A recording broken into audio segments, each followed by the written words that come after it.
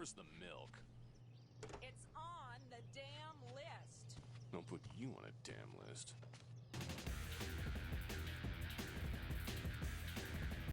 The game banned in Australia, Malaysia, Germany, New Zealand and Sweden.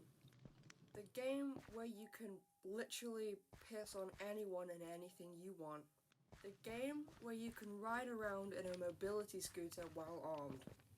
Yes, I'm talking about Postal. In this video, I'm going to be talking about mass shootings, suicide, drugs, basically anything you can think of.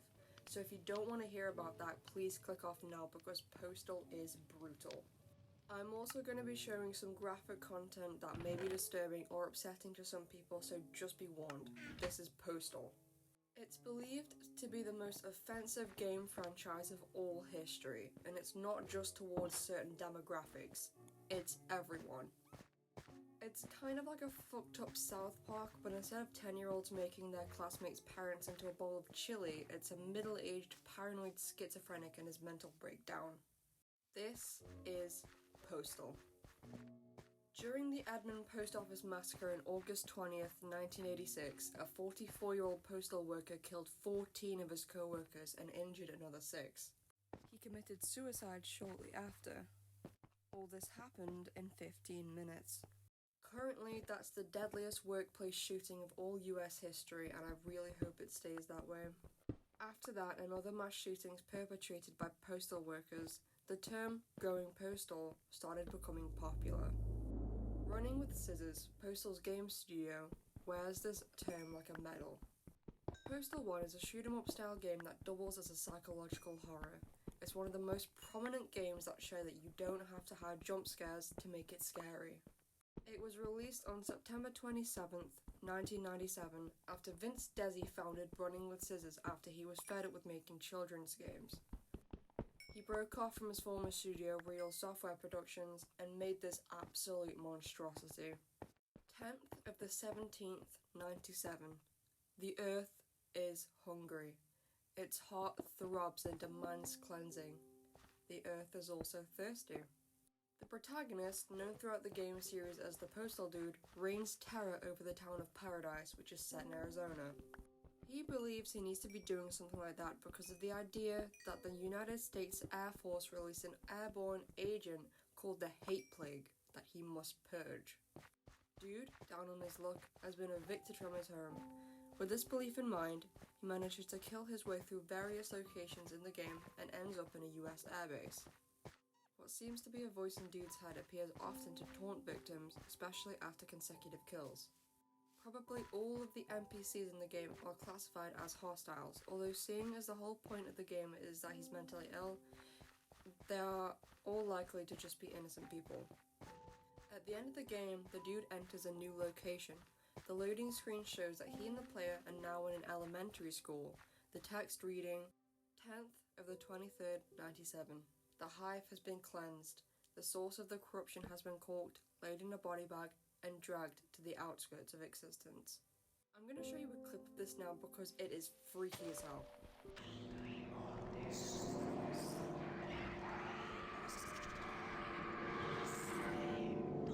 Now don't worry because it is not going to go the way you think it's going. You arrive to the playground of a school. There are kids walking around and Dude attempts to start another massacre. However, it doesn't happen. His bullets just go through them. He can't do anything to them. He ends up falling to his knees and suffering a mental breakdown, which leads to the end cutscene. You're shown a cell door with presumably the Postal Dude screaming and banging on the other side. Soon after, a voice, presumed to be Dude's psychiatrist, begins to explain the situation. He explains that the urban environment can sometimes cause someone intense stress, and in this case, cause the Postal Dude to go postal. He also tells us that people who do things like this can believe that they, in fact, were the heroes. They can believe that the whole world rests on their shoulders alone. In the dude's case, this is just the thing. He's shown curled up in a tiny cell, bundled in a straitjacket with all sorts of eerie noises in the background. And wait, what the fuck is that? Please tell me someone else sees a tiny photo of the devil doing a colon 3 face in this. Please, I can't be the only one. Is that meant to be something? His psychiatrist then says that he believes Dude is a paranoid schizophrenic and that he'll have plenty of time to study our protagonist. That only leaves us with this credit sequence and plenty of questions. In this official art, there appears to be the corpse of an infant. This got removed in the Redux version of the game, which was released in November of 2016. Running Whistles' CEO says that violence against children is one of the lines that they refuse to ever cross.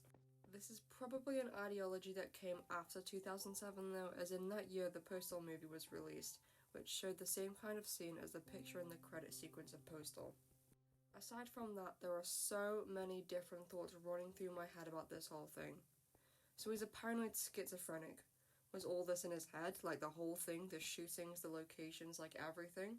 Was the breakdown in the end him realizing that everything wasn't real and the whole weight of the situation just came crashing down on him? I mean, if he didn't go out shooting people, then why would he be stuck in a straitjacket? I reckon he got arrested after the airbase level and the elementary school level all happened in his head, so it's a nice little mix of both. Now on Postal Redux, which like I said earlier is the 2016 remake of the game, got the elementary school level replaced. The developers said that the school shootings had just lost the shock value they had in 1997. Instead, the dude witnesses the burial of an unknown person in a decaying field, with eerie whispers and noises going on in the background once again. Upon completion of the game on the hardest difficulty, an unknown male and female mourn over the grave as it descends.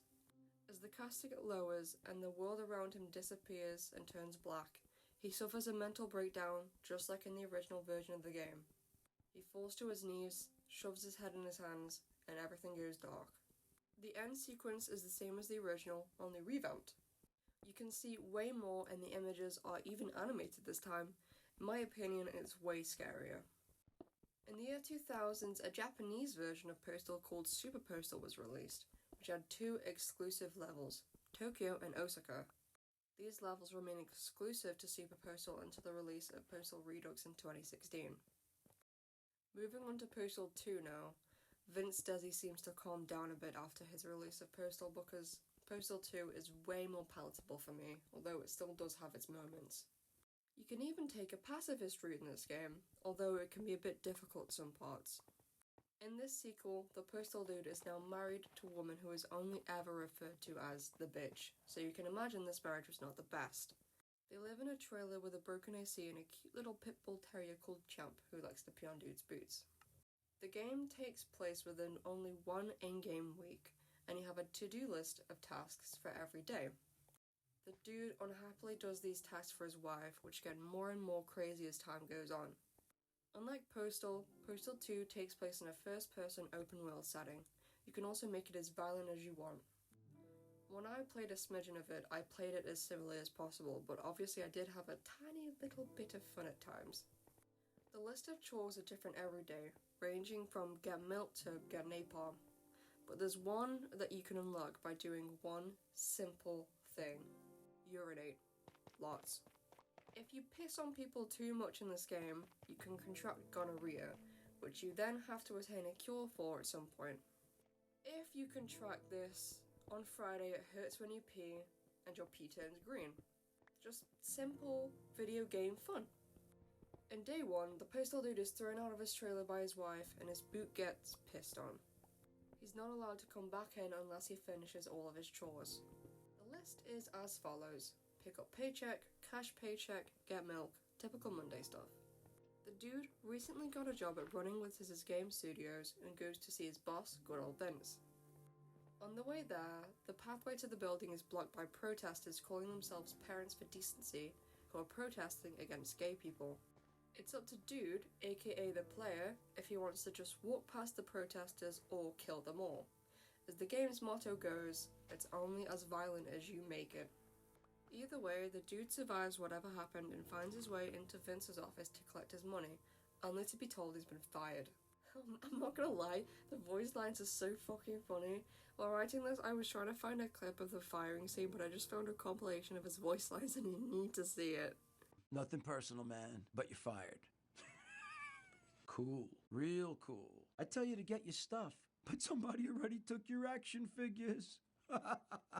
I tell you to get your stuff, but somebody already took your shit. There's a position under my desk for your sister.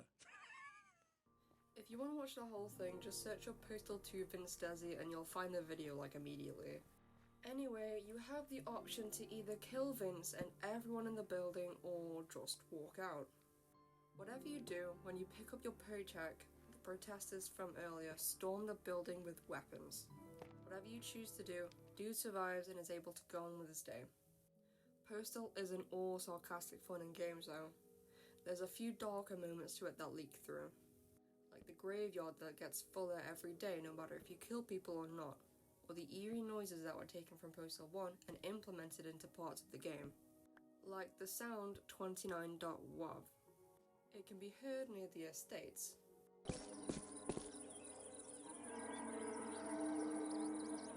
Originally, that sound came from the mineshaft level from Postal 1, I think. No matter where it is, it's still scary to hear. Apart from that, there are plenty of gruesome scenarios in this game that can easily make anyone uncomfortable, like the butcher's place. A butcher's is never a nice place to be in, and in this one, there is no exception. Animal carcasses hang everywhere, even in the urinals. And some animals aren't even butchered properly. Live cows, along with at some point humans, get thrown into giant meat grinders, all to the workers' delight.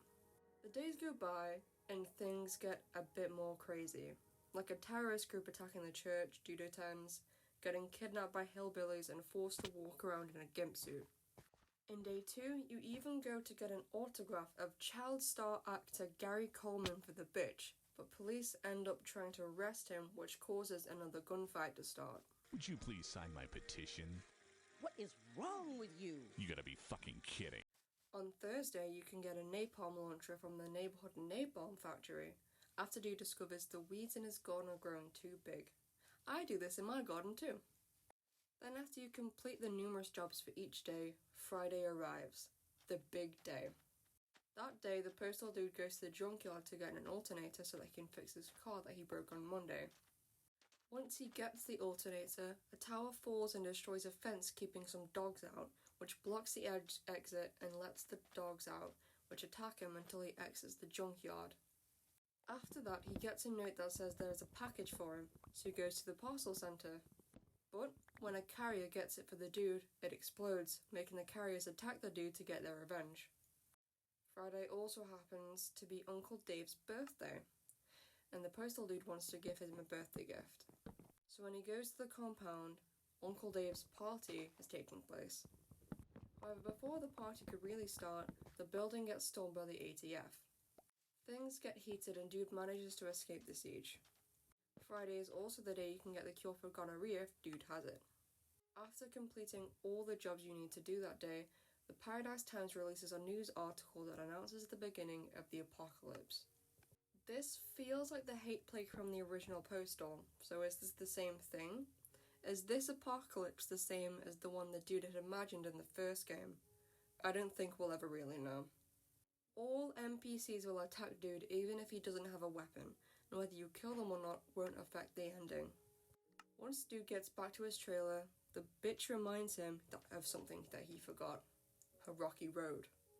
Upon the realization that she was going to nag him now, he promptly shoots himself in the head.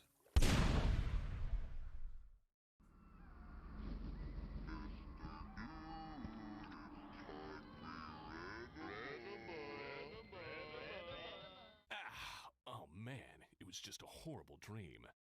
Where the hell am I? And why does my medulla oblongata hurt? The sequel to The Sequel happened in 2005, the specific date varying from country to country. It's called Postal 2 Apocalypse Weekend, showcasing what happens after Friday. As Postal Dude leaves his room in the hospital, he discovers he's now plagued with horrible visions. Walls suddenly become rusted out of nowhere, nurses have these odd paint splattery textures, and glass just becomes pools of strange water. Some hallucinations are more scary though, like in the surgery room, where walls become bloody messes when you walk in. You can also find an injured Gary Coleman in the hospital, being treated for wounds he got from the police shootout early in the week. if Dude approaches him, he gets spooked. That's not the last you'll see of child star actor Gary Coleman though, because part of Dude's new hallucinations are these horrible Gary Coleman demons that viciously attack you whenever they see you. They come many different forms, but it's mostly this. Not to mention this absolutely terrifying Gary Coleman doll. In the sequel to the sequel, Dude must fight his way through hordes of zombies and hostiles to find Champ and his trailer home. It seems like the horrors from yesterday have cleared up by the time you leave the hospital, and everyone is normal again, except for the zombies. Often, Dude's injured brain takes him to a hellish landscape platformer type thing, with strange lava-like rocks and basically anything you'd see in hell. After getting through multiple locations, the Dude and Champ reunite and find their way on a long road with their trailer at the end of it. As you gleefully skip towards it, Dude's hallucinations take over and turn everything into this weird, horrible place where you have to fight a zombified Mike Jarrett, an employee of Running with Scissors. After defeating Mike, Postal, Dude and Champ rush off to their trailer and drive off. And what do you know? Paradise explodes because of a nuclear warhead, leaving Dude to say his most famous phrase. I regret nothing. Later on in 2005, a Russian version of the game released, starring a buff version of Postal Dude nicknamed Corkscrew. He wakes up in the hospital only to realize something terrible. Someone's stolen his penis. He must valiantly travel through Moscow Sransk City in the classic crude humor style that Postal takes on after the events of Postal 1. I also forgot to include one fun piece of trivia. Postal 2 once appeared for a split second in the Where Is the Love music video by the Black Eyed Peas. Great song too. Then, something else happened. It was a game. A game happened. It was definitely a game. Postal 3 is widely ignored by many and got plenty of criticism when it was released on December 21st of 2011 onto Steam, after Postal fans had been made to wait 8 years. According to plenty of fans, the game is deleted because it has bad gameplay, bad jokes, and bad technical execution. I've never played the game before, so I wouldn't really understand, but I'll take their word for it.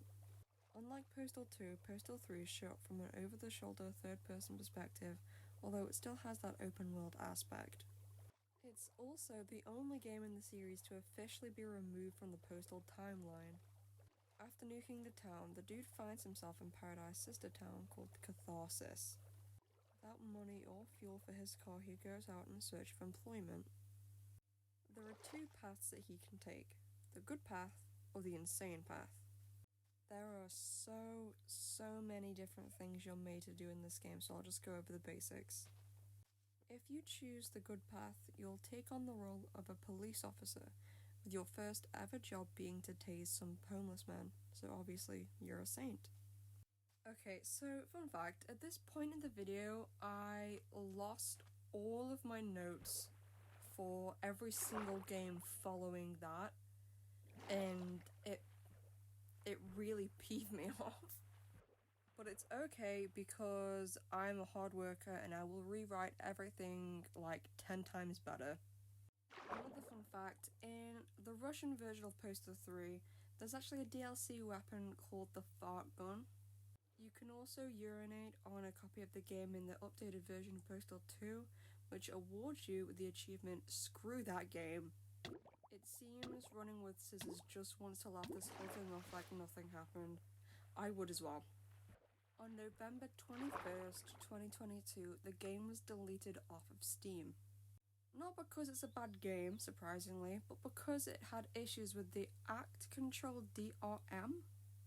Apparently, this means that the activation server went down for some reason, so Steam was unable to generate keys needed to access the game.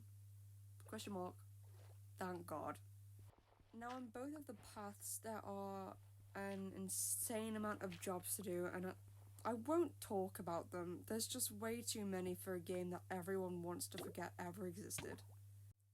Also, this is off script, but I want to mention the fact that the good path and the insane path are both really, really stupid names. For starters, the good path is just really boring sounding, and the insane path just sounds like a 12-year-old made it up.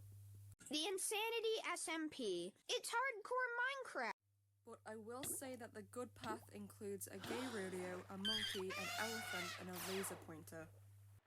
After all that fun, the dude finds himself at the mayor's election, and Uncle Dave as well as Osama appear out of nowhere to ruin the show. He has to defeat them both in order to move forward. A postal babe called Jennifer is also there. And just as you finish that, the former Venezuelan president Hugo Chavez shows up to declare that he is going to liberate the people of Catharsis. In the insane path, you join a group of octologists who all wear animal masks.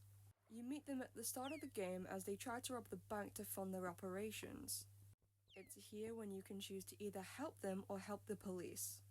That obviously dictates which path you're going down. Same as the good path, there are an insane amount of jobs, but a different ending. Uncle Dave calls after one of Dude's jobs and he tells him that he needs plutonium from crotchy dolls to complete his homemade nuke. Dude doesn't want to give away his favorite toy, so instead he improvises and sends Uncle Dave something else. He then gets a job handling the tapes for the mayor's speech, but ends up mixing the tapes and putting on sex tapes instead. All hell breaks loose within Catharsis, and the dude escapes. And then, just as Evanescence would have wanted, Dude wakes up.